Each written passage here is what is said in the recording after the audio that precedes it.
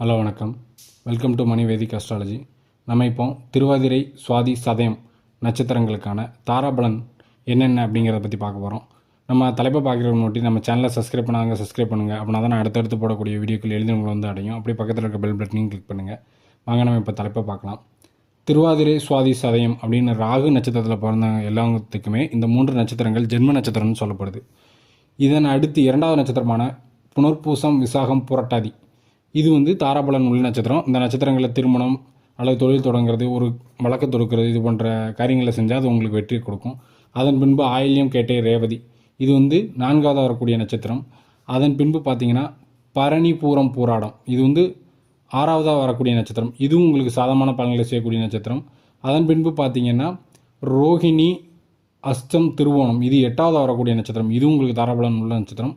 அதன் பின்பு மிருகசீரிடம், சித்திரை, அவிட்டம் இந்த 9வதாக வரக்கூடிய நட்சத்திரங்களில் வந்து நீங்கள் இடம் முடிக்கிறது, இது போன்ற காரியங்களை வந்து நீங்கள் பண்ணலாம். அது உங்களுக்கு வெற்றியாக அமையும்.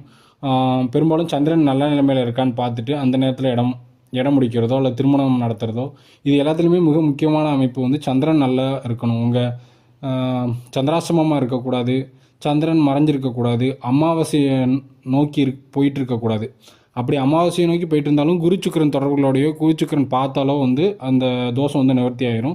நீங்கள் அந்த நேரத்தில் எல்லாம் ஒரு நல்ல காரியத்தையும் பண்ணலாம். இதையும் நீங்கள் கருத்தில் கொண்டு நல்ல நாளாக பார்த்து நீங்கள் உங்கள் இடம் முடிக்கிறது போன்ற காரியங்களை பண்ணிக்கோங்க. திருமணம் போன்ற காரியங்களுக்கும் தாராபலன் வந்து ஒரு முக்கியமான அமைப்புன்னே சொல்லலாம். கண்டிப்பாக திருமணம் போன்ற அமைப்புகளுக்கு தாராபலன் பார்த்து தான் வைக்கணும். நம்ம இதுக்கு அடுத்த நட்சத்திரமான புனர்பூசம், விசாகம், புரட்டாதி நட்சத்திரங்களுக்கு என்னென்ன நட்சத்திரங்கள் தாராபலன் உள்ள நட்சத்திரங்கள்னு பார்ப்போம்.